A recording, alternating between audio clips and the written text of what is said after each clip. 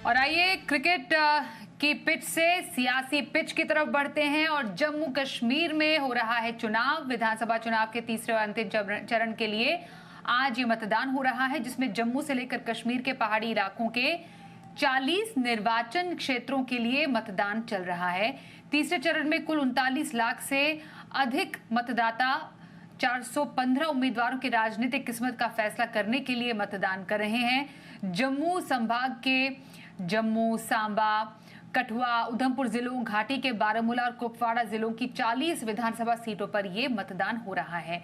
जम्मू जिले में 11, सांबा में 3, कठुआ में 6, उधमपुर में 4 विधानसभा सीटें हैं, जबकि बारामूला में 7, बांदरपुरा में 3 और कुपवाड़ा जिले में 6 सीटें हैं।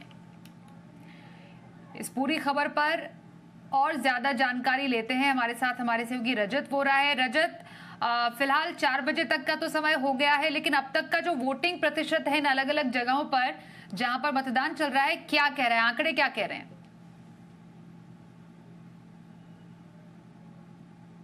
जी बिल्कुल, आपको बता दें कि भारी मात्रा में वोटर जो हैं वो बाहर निकल रहे हैं और 40 विधानसभा सीटों में 56% वोटिंग जो है वो हुई है, जो साफ तौर पर बताता है कि पिछले 2 फेजेज में जिस तरह से हमने देखा, पहले फेज में करीबन 62% वोटिंग हुई और दूसरे फेज में करीबन 56% वोटिंग जो है टोटल हुई थी। और इस बार 3 बजे तक का जो आंकड़ा सामने आया है, 40 विधानसभा सीटों में 56% 56% वोटिंग हुई है।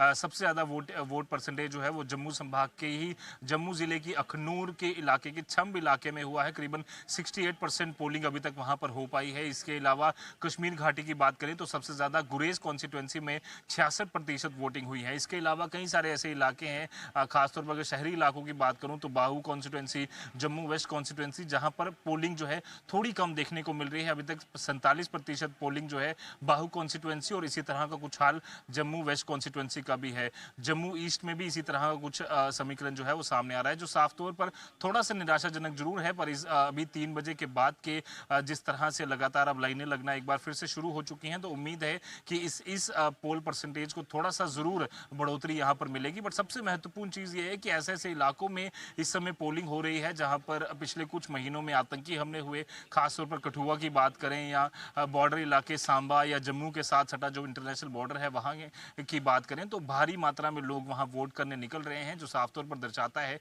कि अनुच्छेद 370 हटने के बाद जो एक नए जम्मू कश्मीर की बात की जा रही थी, उसमें कहीं ना कहीं सरकार कामयाब हुई है। पोलिंग जिस भी पार्टी को तरफ हो, जिस भी व्यक्ति को वोट मिले, बट अच्छी बात यह है कि ज्यादा से ज्यादा पोलिंग हो, लोग अपने नुमाइंदे को चुने, ताकि क्योंकि 10 साल बाद विधानसभा चुनाव हो रहे हैं, तो साफ तौर पर कई मायनों में ये चुनाव खास हैं। ये भी देखने को मिला कि जम्मू संभाग में कई सारे ऐसी कम्युनिटीज हैं जिन्हें पहले वोट डालने का अधिकार नहीं था। मलिस्पत वाल्मीकि समाज की बात करें या गोरखा समाज की बात करें, एक वेस्ट पाकिस्तान रिफ्यूजी, उन्होंने पहली बार as a first time voter विधानसभा चुनाव में वोट डाला है। वो पहले लोकसभा चुनाव में जरूर वोट डालते थे, बट विधानसभा चुनावों में अनुच्छेद 370 के स्पेशल स्टेटस की वजह से वो वोट नहीं डाल पाते थे, बट उन्होंने वोट डाला और वो काफी खुश नजर आए। तो ऐसे कई मायनों में कई लोगों के लिए चुनाव काफी खास है और अब ये देखना होगा कि शाम तक क्या पोलिंग परसेंटेज होती है और अब उसके बाद सबकी निगाहें 8 तारीख पर होंगी जब रिजल्ट आएगा और क्या कुछ सरकार बनने के लिए किस पार्टी को यहाँ पर मौका मिलेगा वो देखना होगा।